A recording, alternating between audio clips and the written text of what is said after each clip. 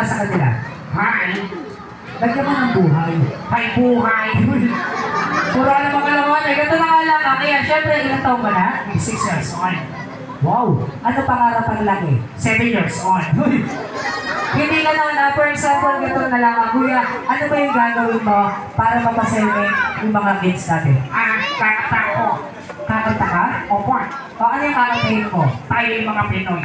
Alam mo yan? Opo. Kasi ako muna tapos ikaw ha. Okay. Ready? Tayo'y mga Pinoy.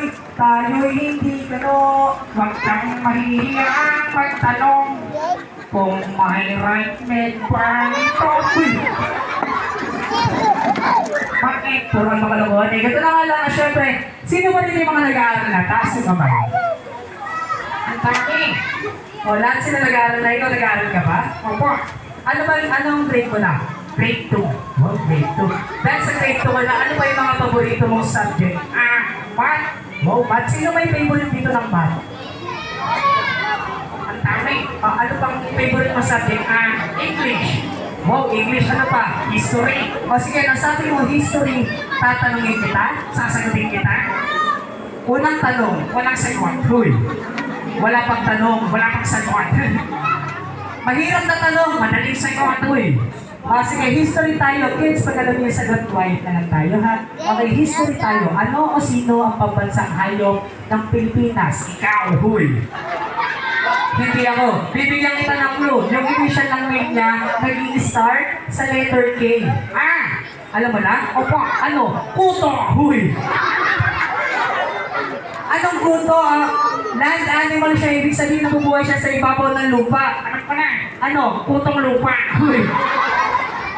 May dalawang sungay tapos may buntot. Alam pa na? Ano? Demonyong kuto.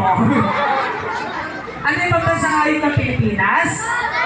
Kalabaw! Ay, kala ko talaga ikaw. Hindi nga lang. Ito naman lang. Magbigay, ito naman, history ulit tayo. Magbigay ng animal na may dalawang paa. Chicken. Palakpakan naman natin siya. Magbigay naman ng animal na 4 yung paa. Alam ko na, ano? 2 chicken. Uy. Puro naman ito malakuhan eh. Ito na nga lang, ano ba yung pambansang ibon ng Pilipinas? Alam ko na, ano? Chicken. Uy. Hindi, kulay brown siya. Alam ko na, ano? Fried chicken. Hindi ito, kulay brown tapos matapang. Alam ko na, ano? Spicy fried chicken.